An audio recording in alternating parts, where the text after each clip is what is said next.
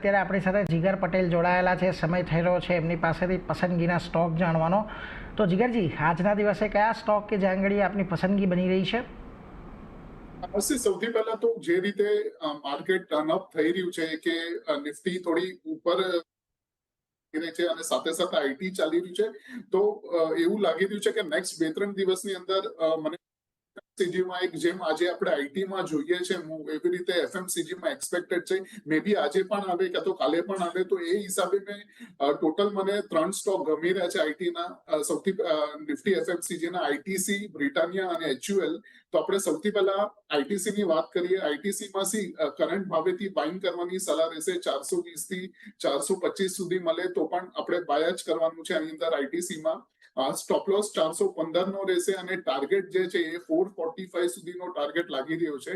Second છે Britannia છે. બ્રિટાનિયાની અંદર અગેન ઘણા દિવસથી એક મૂવ આવ્યા પછી એક રેન્જ મુવમેન્ટ હતું અને પીવટ રેઝિસ્ટન્સ પણ બ્રેક થયા છે આની અંદર, એટલે કરંટ ભાવેથી બાય કરવાની સલાહ રહેશે અને નીચે 5650 સુધી મળે તો પણ બાય કરવાનું છે. સ્ટોપ લોસ 5600 ની નીચે રહેશે. ટાર્ગેટ 5800 રહેશે બ્રિટાનિયાની અંદર. થર્ડ છે Hindustan Unilever. Same sort of setup છે આની અંદર પણ, એટલે કરંટ ભાવેથી આમાં પણ બાય કરવાની સલાહ છે અને નીચે 2365 સુધી મળે તો પણ બાય કરવાનું છે. સ્ટોપ લોસ 2300 ના નીચે રાખશું અને ટાર્ગેટ 2500 થી લઈને 2475 ના રહેશે. એટલે જુઓ, 3 સ્ટોક અહીંયાથી તમારે ખાસ ધ્યાને રાખવાના છે. પહેલો છે આઈટીસી, 420 થી 425 ની વચ્ચે તમે અહીંયા ખરીદદારી કરીને ચાલો. 415ના લક્ષ્યાંક આવતા જોવા, સ્ટોપ લોસ છે, અને 445ના લક્ષ્યાંક તમને અહીંયા આવતા જોવા મળશે.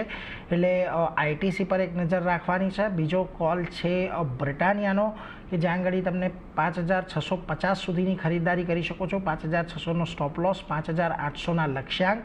અને બીજી તરફ એચયુએલ પર તમે અહીંયા ધ્યાન રાખી શકો છો, જ્યાં આગળ તમે 2300ની આસપાસના સ્ટોપ લોસની સાથે ખરીદદારી કરો અને અહીંયા તમને 2500થી ના ટાર્ગેટ આવતા જોવા મળશે. 2475, 2500 આ એક લેવલ છે કે જેને તમારે ધ્યાનમાં રાખવાના છે. તો આજે જીગરજી તરફથી તમને એફએમસીજીની અંદર પસંદગી બનતી દેખાઈ રહી છે, એટલે એના પર એક ફોકસ ખાસ કરીને રાખતા રહીશું. પરંતુ આજના દિવસે જો આપણને થોડા ઘણા મેટલ સ્ટોક્સ પણ બસ કરી રહ્યા છે અને એમાંથી નેશનલ એલ્યુમિનિયમ આજે ફરી પાછો એક સારી તેજી દર્શાવી રહ્યો છે.